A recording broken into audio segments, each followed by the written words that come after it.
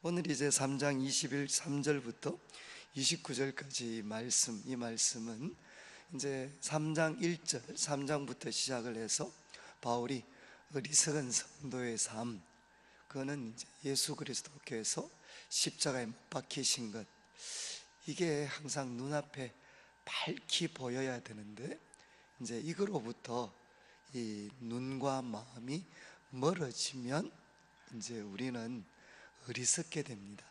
하나님을 믿는 대신에 내 힘으로 무엇인가를 하려고 하게 됩니다. 이게 이제 언제나 어리석음의 하나의 그 핵심이 됩니다. 핵심. 그래서 바울이 이야기를 했습니다.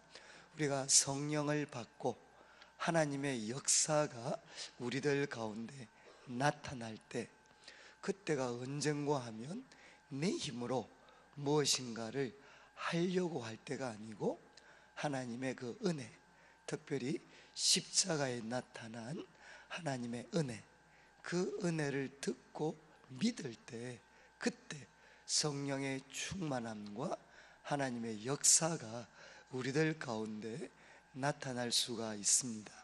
그러면서 이제 누가 아브라함의 후손인가? 누가 아브라함의 후손이냐? 그들은 육체의 할례를 행하는 사람이 아니고 이제 아브라함이 가졌던 그 하나님에 대한 믿음, 하나님에 대한 믿음을 가진 사람들, 그들이 아브라함의 후손들이다, 이렇게 이야기를 하면서 바로 이들이 하나님께서 아브라함에게 약속하신 복이 있습니다. 복.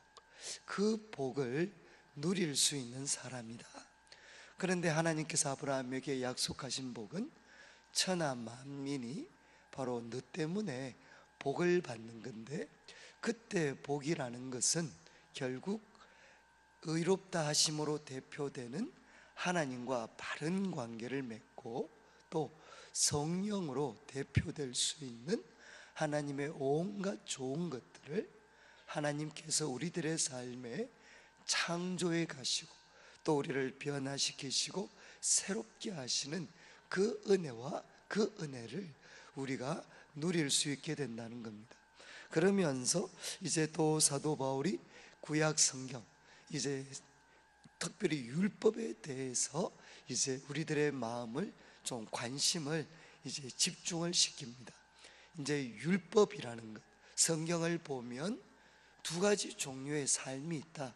하나는 이제 율법을 지키는 걸 통해서 내 힘으로 하나님 앞에 의롭다 하심을 받으려고 하는 그런 시도가 있고, 하나는 믿음으로 하나님 앞에 의롭다 하심을 받으려고 하는 그런 두 가지 종류의 삶이 있는데, 율법을 지키는 걸 통해서 하나님 앞에 의롭다 하심을 받으려고 하는 시도는 실패로 끝날 수밖에 없고, 그것은 저주 아래에 있다. 왜냐하면 누구도 하나님 앞에서 의롭다 하심을 받을, 율법을 통해서 의롭다 하심을 받을 육체는 사람은 없습니다. 그러면서 사도 바울이 우리에게 선포를 했죠. 그리스도께서 우리를 위하여 저주가 되셨다. 그 이유는 우리를 율법의 저주에서 풀어주시고 아브라함에게 약속하셨던 그 복을 우리가 받을 수 있는 사람이 되게 하기 위해서 그리스도께서 저주가 되셨습니다. 이렇게 바울이 가르친 다음에 이제 율법의 그 역할이 뭔가, 도대체 하나님이 율법을 주신 목적이 무엇인가? 그것은 뭐라고 했습니까? 하나님께서 아브라함에게 언약을 주셨는데 사람의 언약도 세워지고 나면 폐해지지 않습니다. 그것처럼 사람의 언약도 그런데 하나님께서 주신, 아브라함에게 주신 그 약속은 절대로 폐해지지 못합니다. 더욱 이제 특별히 430년 후에 주어졌던 율법이 아브라함의 언약을 절대로 폐할 수가 없습니다. 그러면서 이제 하나님이 율법을 주신 목적은 뭔가 하면 바로 우리들로 하여금 죄를 깨닫게 만드는 겁니다. 그리고 또 우리들 자신이 얼마나 이 죄의 노예가 되어져 있는가, 포로가 되어져 있는가 하는 것을 깨닫게 하고, 그 다음에 역설적으로 이제 하나님께서 아브라함에게 약속하셨던 하나의 실체가 되죠. 정말 우리를 복되게 해줄 수 있는, 천하 만민을 복되게 해줄 수 있는 그 씨, 그리고 그 자손, 단수입니다. 단수. 아브라함에게 하나님이 약속하신 천하 만민을 복되게 하는 그 씨, 그 씨이신 그리스도를 우리로 하여금 기다리게 한다는 겁니다. 그래서 모세 율법의 역할은 결국 두 가지라는 겁니다. 죄를 깨닫게 하고, 두 번째는 이제 하나님이 약속하신 그리스도, 그 그리스도를 기다리게 하는 것, 갈망하게 하는 것, 그것이 바로 모세 율법을 주신 하나님의 진정한 의도다, 이렇게 바울이 이야기를 했습니다. 그러면서 이제 오늘 다루는 본문은 아브라함에게 주신 언약, 그리고 또 모세에게 주신 율법, 그것이 그리스도께서 오시는 걸 통해서 그리스도가 오시는 것과 어떤 연관성이 있느냐, 아브라함의 언약, 그리고 모세, 그리고 그리스도가 어떤 연관성을 갖고 있는가 하는 것을 어떻게 보면 2000년의 역사, 아브라함부터 시작을 해서 그리스도까지 약 한 2000년인데 2000년의 역사를 그가 이렇게 정리를 했습니다. 그런데 이제 아브라함, 모세, 그리고 그리스도를 통해서 역사적으로 일어났던 이 일은 우리 성도님들 한 분 한 분의 삶 가운데에도 나타난다는 겁니다. 이 역사가, 이 거대한 하나님의 역사가 우리 한 사람 한 사람의 삶 가운데에도 나타난다는 겁니다. 그게 무슨 말인가 하면 23절 한번 보십시오. 23절, 믿음이 오기 전에 우리는 율법 아래에 매인 바 되었습니다. 그리고 계시될 믿음의 때까지 갇혔습니다. 자, 여기 보시면 23절 저를 한번 보시면 좋겠는데, 23절을 통해서 볼 때 우리 개인의 삶에, 이건 아마 우리 특별히 이 모태 신앙에 해당하시는 분들은 이 구절을 조금 잘 이해를 하시면 좋습니다. 왜냐하면 이 모태 신앙을 어릴 때부터 신앙생활을 하신 분들, 저도 그렇습니다. 제가 인격적으로 예수님을 제 삶의 구세주와 주인으로 모신 것은 저는 아무래도 대학을 다닐 때였던 것 같습니다. 그러면 이제 태어날 때부터 최소한 20살이 될 때까지, 그럼 이 시간 동안 신앙생활한 거는 무슨 의미가 있나? 도대체 이 20년은 무슨 의미가 있는가? 그때 열심히 교회 생활을 했고, 그리고 또 참 성경을 어릴 때부터 배우기도 하고 찬송을 배우기도 하고 경건한 부모님들 밑에서 자라났는데, 참 이 20년의 시간은 도대체 어떤 의미가 있나? 잘못하면 이 20년을 주님 만나기 전 이 20년을 너무 이렇게 높여버리면 어떻게 되겠습니까? 잘못하면 율법주의가 됩니다. 그렇지만 반대로 또 이게 의미가 없다. 아니, 내가 예수님 만난 것은 최소한 20살 때 예수님을 만났다. 그러면 이 20년은 아무런 의미가 없는 것. 특별히 우리 모태 신앙이신 분들은, 어릴 때부터 신앙생활 하신 분들은 참 이 고민이 뭔가 하면 뜨겁지 못하다는 겁니다. 강력한 체험이 사실은 별로 없다. 이것 때문에 참 이렇게 특별히 청년들은 막 아쉬워하는 애들이 많아요. 나도 차라리 안 믿다가 어떤 한 계기를 통해서 주님을 딱 만나가지고 내 삶에도 정말 예수님 만나기 전과 후가 명확하게 갈라지면 좋겠는데, 이거는 언제부터 내가 예수님 믿기 전이었는지, 언제가 예수님 믿고 나선지 이게 구분이 잘 안 되시는 분들이 참 많습니다. 그런데 오늘 이 말씀은 이제 특별히 어릴 때부터 신앙의 그런 영향 속에 자라신 분들이 자신의 삶을 어떻게 해석할 수 있느냐 하는 것에 대해서 우리들에게 많은 암시를 주는 그런 말씀입니다. 특별히 이제 바울 사도를 생각해 보시면 다메섹 도상에서 주님을 만나기 전까지 그는 무엇을 가지고 실험했는 사람인가 하면 바로 성경입니다. 구약으로 대표되는 율법, 이 율법, 이 하나님의 말씀과 그런 신을 실험하면서 그 분야에 있어서 탁월한 그런 하나의 실력자였고, 그리고 성경이 제시하는 그 기준에 자기를 맞추려고, 그래서 스스로의 입으로 나는 율법의 의로는 흠이 없는 사람이다, 나는 율법의 의로는 흠이 없는 사람이다 라고 말할 정도로 열심히 신앙생활을 했던 사람입니다. 그런데 그 결과물이 예수님을 핍박을 했습니다. 그러다가 다메섹 도상에서 예수님을 만났습니다. 자, 그러면 이제 다메섹 도상에서 예수님 만났죠. 그리고 또 교회를 핍박을 했습니다. 이런 어떤 하나의 이런 사건들 때문에, 이런 사건들을 통해서 보면 결국 태어나면서부터 정말 다메섹 도상의 이전까지 이 삶, 율법의 지배 속에서 살았던 이 삶은 무슨 의미가 있느냐? 이것은 바울 자신에게도 정말 중요한 문제였어요. 하나는 역사가 중요하죠. 우리 구약 성경에 나타난 아브라함, 모세, 그리고 그리스도까지 이 서로의 역사, 언약이 어떤 연관성을 갖는가, 이게 너무 중요하고, 또 하나는 내가 중요합니다. 그러면 나의 역사는 어떻게 되나? 내 역사, 내 삶에 있었던 이 역사는 어떻게 해석해야 되나? 정말 율법에 헌신했지만 그리스도를 몰랐던 시간, 그러나 다메섹 도상에서 주님 만나고 나서 그 이후의 시간, 그럼 이 시간은 주님 만나기 전에 율법 아래에 있던 이 시간은 나에게 무슨 의미가 있는가?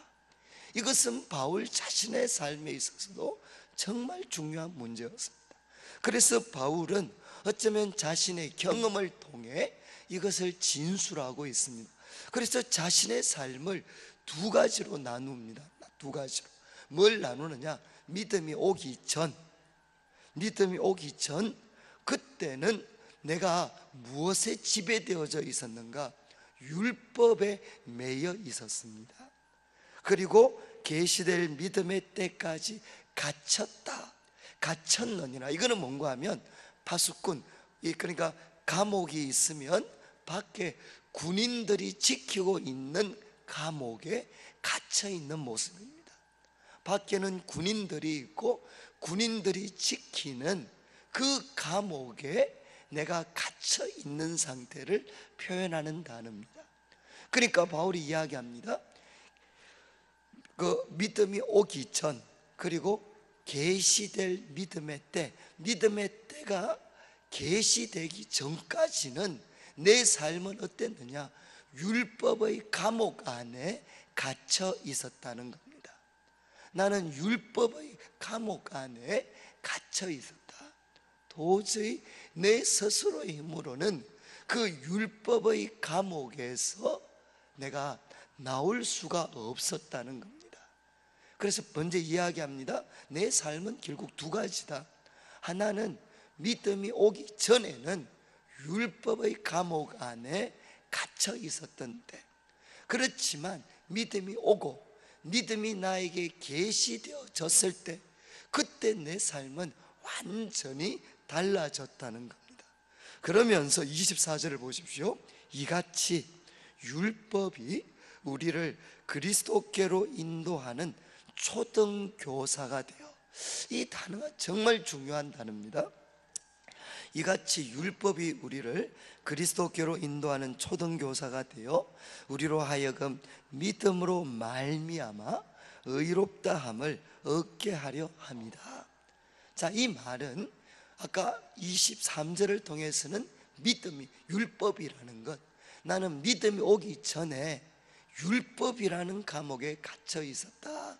그런데 이 율법이라는 감옥, 이거는 너무 부정적인 이미지지만 그러나 이걸 통해서 전달하고 싶은 것은 거기서 내가 빠져나올 수가 없었다는 겁니다. 우리는 그 율법의 감옥 속에 갇혀 있었는데 내 힘으로는 벗어날 수가 없었는데, 그런데 그게 꼭 부정적인 것은 아니었다는 거죠. 무슨 뜻인가 하면 그것은 내가 갇혀 있었지만 하나님이 주신 율법, 이 율법도 하나님이 주신 것인데 이 하나님이 주신 율법이 나에게 긍정적으로 어떤 역할을 했느냐, 초등교사, 이전 번역에는 몽학선생입니다. 초등교사와 같은 역할을 했다는 겁니다. 근데 이게 초등교사라는 게 우리 한국 분들은 이해하기가 너무 어렵습니다. 문화가 다르기 때문에. 여기 나오는 초등교사는 어떤 사람인가 하면은 우리 고대 뭐 헬라, 로마라든가 이런 데 보면 아주 막 그 높은 사람들 집이 있습니다. 가문이 집이 있습니다. 그러면 그 집에는 주인이 있고 주인 아들이 있습니다. 주인 아들과 딸이 있습니다. 그러면 이 주인 아들과 딸에 뭐가 붙는가 하면 막 그냥 개인 가정교사가 붙습니다. 개인 교사. 그런데 이 개인 가정교사는 종입니다. 종. 소위 말해서 주인과 같은 급이 아니고 종입니다. 종인 중에 아주 똑똑하고 바른 사람, 그 사람이 주인의 아들과 딸을 데리고 오늘날 같으면 학교까지 왔다 갔다 하게 해주고, 그리고 또 학교 갈 때 뭐 이렇게 주인 아들과 딸이 딴짓하면 딴짓 못하도록 보호해주고, 그리고 그 어린 유년 시절을 이렇게 안전하게 그리고 바르게 앞으로 주인의 아들이 되었을 때 조금도 부족함이 없는 영광스러운 그런 사람이 되도록 잘 가이드해주고 훈육하는, 그러니까 소위 말해 훈련 조교입니다. 훈련 조교. 잘 훈련시키는 사람, 그들이 누군가 하면 여기 나오는 초등교사입니다. 이것은 앞으로 3장 마지막 4장을 이해하는데 정말 중요한 단어입니다. 율법은 뭔가 하면 초등교사입니다. 이 초등교사는 말씀드렸죠, 주인이 아닙니다. 주인의 종입니다. 종. 그런데 이 종을 둔 목적이 뭐냐, 이 아들을 그리고 딸을 잘 이렇게 보호해주고 잘 훈련시켜서 앞으로 정말 영광스러운 주인의 아들로 자라나도록 그렇게 잘 뒷받침해 주는 것, 잘 이렇게 훈육해 주는 것, 그 역할을 맡은 사람이 바로 여기 나오는 초등교사입니다. 초등교사. 그래서 바울이 율법이라는 것, 나는 내 스스로의 힘으로 율법에서 벗어날 수가 없었다는 거죠. 나는 율법의 감옥에 갇혀 있었다. 이 율법의 감옥이라는 것은 결국 뭔가 하면 율법이 제시하는 대로 살려고 했지만 나는 하나님의 의롭다 하심에 도달할 수가 없었습니다. 율법의 감옥 아래 갇혀 있었지만 그러나 그 기간 동안 하나님은 율법을 통해서 마치 가정교사가 주인의 아들을, 딸을 잘 보호하고 그리고 훈육하여서 하나님의 영광스러운 아들로 드러날 때까지 그를 교육시켜 주는 것처럼 율법은 나를 보호해 주었고, 나를 하나님이, 좀 있으면 나옵니다, 하나님의 아들로서 그리스도를 통한 그 믿음이 나한테 주어졌을 때, 정말 이 믿음이 주어졌을 때 나는 뭐가 되는가 하면 하나님의 아들과 딸이 됩니다. 믿음이 주어져서 내가 하나님의 아들과 딸이 될 때, 그 딸의 당당한 권세를 누릴 때까지 나를 보호해주고 지켜주고 훈육하는 마치 가정교사와 같은 역할을 율법이 했다는 것입니다. 자, 그래서 율법은 가정교사와 같다. 언제까지 그 역할을 다하느냐? 성숙해서 그가 정말 그 주인의 아들로서 멋진 미래를 스스로 펼쳐갈 때까지, 그때까지 가정교사가 역할이 중요한 것처럼 이제는 율법도 그렇다는 겁니다. 율법도 언제까지 의미가 있느냐? 믿음이 오기 전까지, 나를 보호해주고 지켜주고 그리고 훈육해주는 그 역할. 그러나 목적은 뭔가 하면 우리가 예수 그리스도를 믿음으로 말미암아 의롭다 하심을 얻게 되는 것. 이게 뭔가 하면 이제 이 어떤 가정교사가 우리를 훈육할 때 하나의 목적이라는 겁니다. 목적. 그래서 이어지는 말씀을 보십시오. 25절에 이제 이렇게 이야기하죠. 믿음이 온 후에는, 그러니까 이제는 소위 그 고대 우리 한국 사회는 그게 세지 않는데, 특별히 유대인이나 이런 사람들은 성년식은 대대적으로 합니다. 성년식은 대대적으로. 이제는 네가 성년이 됐다는 거죠. 그런 것처럼 여기 나오는, 좀 있으면 이제 여기 좀 있으면 옷 입는 것도 나오는데, 지금 네가 믿음이 온 후로는 가정교사와 연관이 된다면 이제 가정교사가 열심히 훈육해서 성년식을 치릅니다. 성년식을 치르면 이제는 이 가정교사는 아들에게 하는 역할, 자기 역할은 다 끝냈고, 이제는 어떻게 되느냐? 성년식 끝나고 나면 위치가 바뀝니다. 이 사람은, 자기가 훈육했던 사람은 주인의 아들이 되고, 자기는 주인의 아들을 섬기는 종이 됩니다. 성년식을 기점으로 해서 위치가 바뀌게 돼요. 마찬가지로 지금 이야기합니다. 이제 믿음이 온 후로는, 아까 아이 같으면 성년식 치른 후에는 이제 더 이상 우리는 초등교사 아래 있지 않습니다. 더 이상 그 사람을 무서워하지도 않고 그 사람의 지시에 따라가지도 않고, 이제 초등교사는 어떤 사람이 되었느냐? 주인의 아들인 내가 성년이 되어서 이제는 나의 필요, 나의 생각에 의해서, 또 우리 가문의 영광을 위해서 내가 마음껏 부릴 종이 된다는 겁니다. 이해하시겠습니까? 이것이 바로 우리 개인의 삶이 율법과 어떤 태도를 가지는가 하는 것에 대한 가장 적절한 하나의 예가 될 수 있다는 겁니다. 그래서 이제 이렇게 말씀드릴 수 있죠. 저도 만약에 모태신앙으로 자랐던, 그래서 주님을 만나기 전까지 모태신앙으로 자랐던 그 시간은 뭐겠습니까? 초등교사 아래 있던 시간이었습니다. 그래서 교회 그리고 또 성경, 이 교회 울타리 속에서 저는 보호를 받고 훈육을 받고 그 다음에 또 여러 가지 가르침을 받았습니다. 그렇지만 그때까지는 저는 인격적으로 예수님을 제 삶의 구세주와 주인으로 모시지도 못했고, 그 삶이 뜻하는 그 삶이 뜻하는 영광스러움을 저는 맛보거나 체험하지 못했습니다. 그렇지만 그 기간 동안은 하나님께서 저를 율법을 통해, 교회를 통해 보호해 주시고 지켜주시고 정말 적절하게 훈육을 하셨습니다.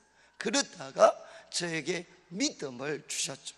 하나님께서 예수 그리스도가 어떤 분이신지 저에게 보여주셨고, 그리고 그걸 보여주셨을 때 소위 저에게도 믿음이 왔습니다. 하나님이 믿음을 주셨습니다. 믿음을 딱 제가 가지게 되었을 때, 그때 저는 하나님의 아들이 됐습니다. 하나님의 아들이 됐고, 그리고 어릴 때부터 배웠던 성경과 교회 생활, 그래서 이 성경은 결국 뭐였습니까? 종노릇 하는 게 아니고 내가 하나님의 아들로서 가이드지 않습니까? 가이드. 하나님의 아들로서 이 말씀 보니까 이렇게 사는 게 하나님의 아들이구나. 이런 하나님의 아들의 권세를 나에게 주셨구나. 똑같은 율법이지만 저에게 믿음이 오기 전에 제가 율법에 대해서 가졌던 태도와 제가 믿음이 오고 나서 제가 율법과 가지는 태도는, 이거는 하늘과 땅 차이입니다. 이제 저는 누구냐? 더 이상 종이 아니고, 이거 무서워하는 사람이 아니고, 이 모든 요구와 필요를 우리 예수님께서 해결하셨습니다. 그리고 저는 누군가 하면 이 예수님 때문에 하나님의 아들이 됐습니다. 그래서 이 성경은 뭔가 하면 하나님의 아들이 된 내가 어떻게 영광스럽고 그리고 하나님의 아들로서 당당한 삶을 살아갈 수 있는가, 그것을 우리에게 가이드해 주는 책입니다. 그러니까 더 이상 이 책은 저에게 무서움의 책이 아니고 두려움의 책이 아니고 하나님의 아들로서 당당하게 걸어나갈 수 있는 하나님이 주신 최고의 선물, 그게 뭔가 하면 성경이 되었습니다. 그래서 지금 바울이 이야기합니다. 믿음이 온 후로는 우리가 초등교사 아래 있지 않습니다. 그리고 26절, 너희가 다 믿음으로 말미암아 그리스도 예수 안에서 뭐가 됐습니까? 너희가 다 믿음으로 말미암아 그리스도 예수 안에서 무엇이 되었죠? 하나님의 아들과 딸이 되었습니다. 믿음 때문에 우리가 그리스도 예수 안에서 하나님의 아들이 됐습니다. 그리고 하나님의 딸이 됐습니다. 여러분 믿으십니까? 내가 이렇게 하나님의 아들이다, 나는 하나님의 딸이다, 정말 이렇게 믿으시나요? 정말 중요한 겁니다. 우리는 누군가 하면 하나님의 아들입니다. 하나님의 딸입니다. 과거에 그 초등교사 밑에서 이 주인 아들이 그렇게 구박받고 하다가 알게 됐어요. 내가 아들이고 나를 그렇게 무섭게 했던 이 사람은 실제로는 내 종이라는 걸 알게 됐어요. 그때 갑자기 어떻게 되겠습니까? 그것이 뜻하는 게 뭔지 철들고 나서 알았어요. 그러면 이 사람 어떻게 되죠? 박살내면 안 되지만, 그래도 내가 아들이라는 것, 아들이 뜻하는 게 무엇이라는 것, 그리고 이 아들이 이 종과 이 초등교사와 어떤 태도를 가지는 게 맞는 건지 그거 알고 나면 완전히 달라집니다. 마찬가지로 우리 그리스도인의 삶에 하나 어떻게 보면 혁명과 같은 변화는, 내가 하나님의 아들이요 하나님의 딸이라는 이 말이 담고 있는 그 의미가 뭔가, 내가 하나님의 아들입니다, 나는 하나님의 딸입니다, 이 말이 담고 있는 그 영광스러움을 깨닫게 되면 그때 우리들의 삶은 놀랍게 바뀌게 됩니다. 우리는 누구냐? 하나님의 아들입니다. 우리는 하나님의 딸인데, 그래서 27절을 보십시오. 누구든지 그리스도와 합하기 위하여 세례를 받은 자는 뭐라고 했습니까? 그리스도로 옷 입었다. 우리는 그리스도로 옷을 입은 사람이라는 거예요. 옷을 입은 사람. 여러분 이제 참 이 옷을 입게 되면 어떻게 됩니까? 이 옷은 보통 두 가지로 다 볼 수 있습니다. 하나는 앞에서 우리 초등교사와 연관을 지으면, 이제 초등교사가 이렇게 잘 주인 아들을 양육하다가 성년식을 치르게 되면 그때 옷을 입혀줍니다. 너는 이제 어른이다, 주인의 아들이다, 그러면서 옷을 입혀줍니다. 그것을 염두에 두고 바울이 기록을 했다. 제가 제 개인적으로는 그게 많이 동의를 합니다. 그렇지만 그런 어떤 뜻으로 봤을 때도 영적인 의미가 있죠. 이제 나는 누구냐? 하나님의 아들입니다. 더 이상 종이 아닙니다. 어린애가 아닙니다. 나는 하나님의 아들입니다. 하나님의 딸입니다. 그래서 나는 무엇을 옷 입었느냐? 그리스도로 옷을 입었습니다.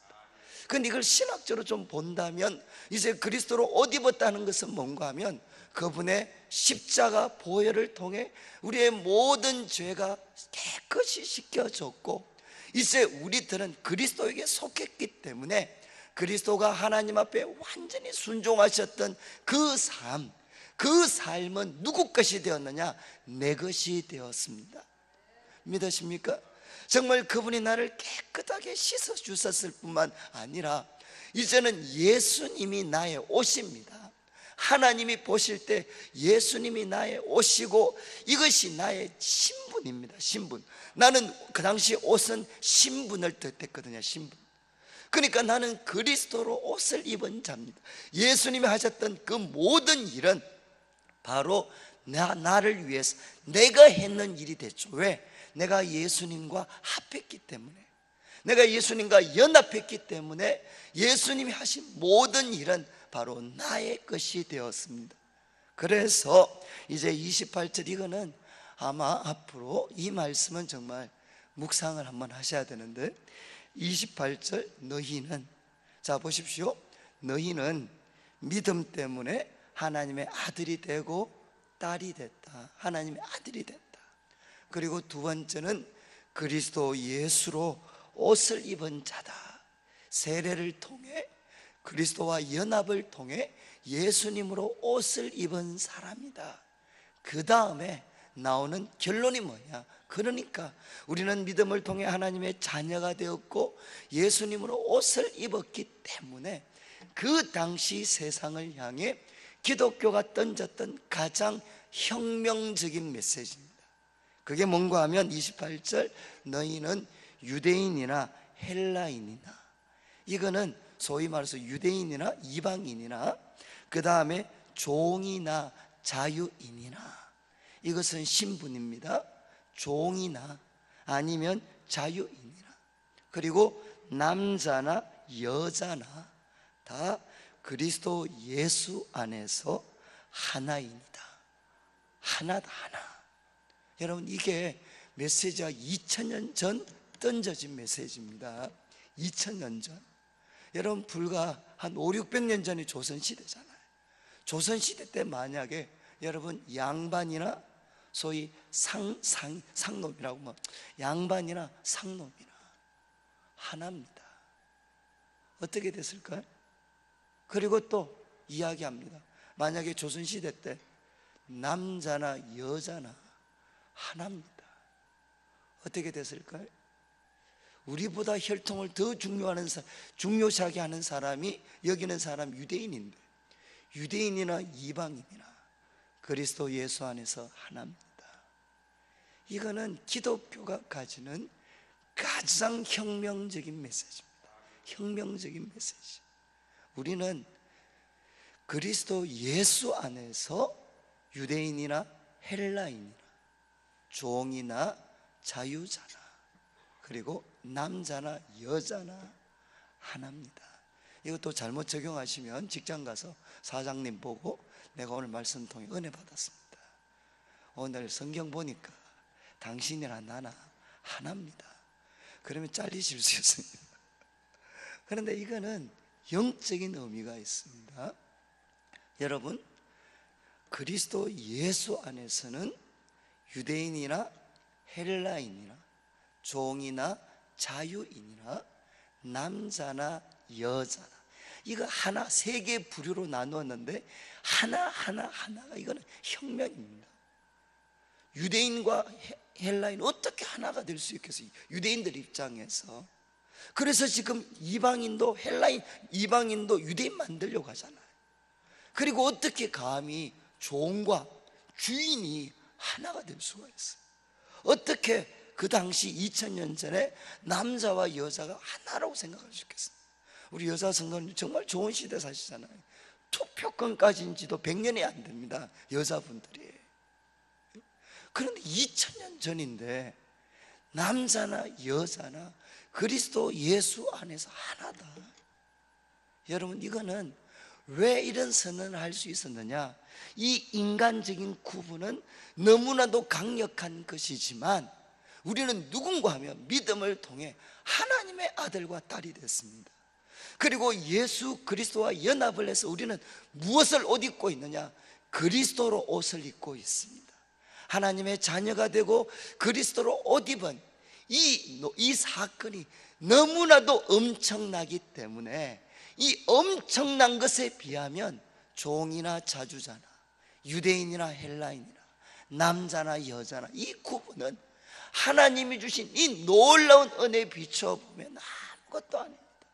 여러분, 남자라고 해서 은혜를 더 받고 여자라고 해서 하나님이 차별하시겠습니까? 종이라고 해서, 자유인이라고 해서 하나님이 은혜를 더 주시고 종이라고 해서 은혜를 차별하시겠습니까? 성경은 그리스도 예수 안에서 인간이 만든 모든 차별은 다 깨트려졌다는 것입니다. 왜? 그리스도 예수님을 통해 우리는 하나님과 연합을 했습니다. 하나님과 올바른 관계를 맺게 됐습니다. 하나님과 올바른 관계를 맺었는데 거기 남자와 여자 무슨 의미가 있겠습니까? 하나님은 남자대로 놀라운 은혜를 주실 거고, 여자분은 여자분대로 거기에 걸맞는 놀라운 은혜를 주실 거고, 그리고 종은 종에게 그분의 그 자리에 맞는 놀라운 은혜, 자유인은 자유인대로, 헬라인은 헬라인, 유대인은 유대인대로 그 사람에게 가장 적합한 놀라운 은혜를 누가 주시느냐? 하나님이 예수 그리스도의 이름으로 주십니다. 그리고 또 우리는 누구로 옷 입고 있느냐? 예수님으로 옷을 입고 있습니다. 더 이상 우리들의 삶에 남자다 여자다 그리고 종이다 자유인이다 이게 보이는 게 아니고 우리를 통해서 누가 보이느냐? 예수님이 보이게 됩니다. 거기에서 인간이 만든 모든 차별은 다 무효화될 수밖에, 힘을 잃어버릴 수밖에 없는, 그래서 이런 다르다는 것은 차별의 이유가 아니고 섬김의 이유가 되는 겁니다. 이해하시겠어요? 이거는 정말 중요한 거예요. 더 이상 다르다는 것이 차별의 이유가 되지 않고 다르기 때문에 서로를 섬기라고 하나님이 이 다른 것 허락하셨다.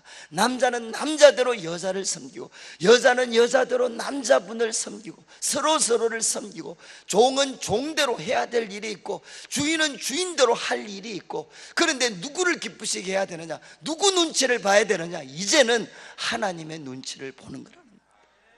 오늘 말씀을 마무리하면서 사랑하는 성도님들, 우리들의 삶에도 똑같은 일이 있었습니다. 우리들의 삶은 결국 두 가지로 나누어집니다.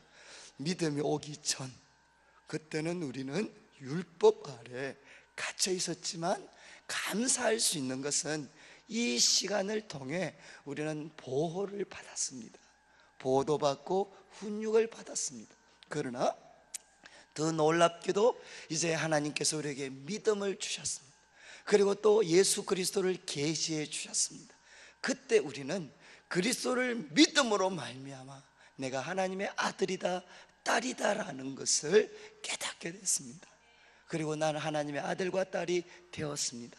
그때 나는 예수님으로 옷을 입었습니다. 이게 우리들의 정체성입니다. 나는 누구냐? 하나님의 아들이요 딸입니다. 나는 누구냐? 그리스도와 연합해서 그리스도로 옷 입은 사람입니다. 더 이상 내 삶에는 남자냐 여자냐 종이나 자유인이냐 유대인이냐 헬라인이냐 나에게는 더 이상 중요하지 않습니다. 나는 누군가 하면 하나님의 아들이요 딸, 그리고 나는 그리스도로 옷 입은 사람입니다. 그래서 마지막 9절 29절 너희가 그리스도의 것이면 곧 아브라함의 자손이요 약속대로 유업을 이을 자니라. 우리가 그리스도의 것이면 우리가 진정한 아브라함의 자손이고 약속대로, 하나님의 약속대로 영광스러운 유산, 그 영광스러운 유산을 이을 자다, 누릴 자다, 이렇게 바울이 설명을 했습니다. 오늘 말씀 기억하시면서 한번 기도하시면 좋겠습니다. 우리들의 삶도 예수님 전과 후로 나누어질 수 있습니다. 예수님 만나기 전, 그러나 교회 속에서 자라났던 아름다운 기억이 있다면 감사하셔야 됩니다. 하나님이 나를 가정교사로 이렇게 훈련시켜 주셨구나. 그러나 때가 되어서 믿음을 주셨구나. 그래서 내가 예수님 통해서 이제는 하나님의 아들, 딸이 되었고 그리스도로 옷을 입어서 예수님과 연합해서 예수님으로 옷 입은 자가 되게 하셨구나.